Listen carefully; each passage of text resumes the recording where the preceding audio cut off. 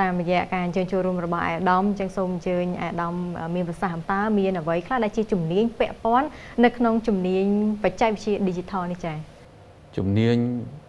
បច្ចេកវិទ្យា Digital មានលក្ខណៈទូលំទូលាយហើយកំពុងវិវត្តជាបន្តបន្ទាប់នៅក្នុងជំនាញបច្ចេកវិទ្យា Digital នេះមានវិទ្យាសាស្ត្រ Computer ដែលគេហៅថា Computer Science បច្ចេកវិទ្យា Cloud ដែលគេហៅថា Cloud Computing ការអភិវឌ្ឍ Software Development វិទ្យាសាស្ត្រទិន្នន័យ Data Science សន្តិសុខ Cyber Security បច្ចេកវិទ្យា Blockchain ដែលហៅថា Blockchain Internet of Things ដែលគេហៅថា Internet នៃវត្ថុ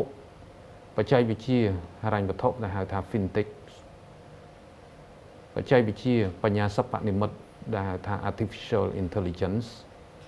ពាណិជ្ជកម្មតាមប្រព័ន្ធអេឡិចត្រូនិក E-commerce ទូរគមនាគមន៍និងបណ្ដាញ Telecom and Network ហេដ្ឋារចនាសម្ព័ន្ធ Digital Infrastructure ដែលនៅក្នុងនោះមាន Data Center ដែលជាមជ្ឈមណ្ឌលទិន្នន័យជាដើម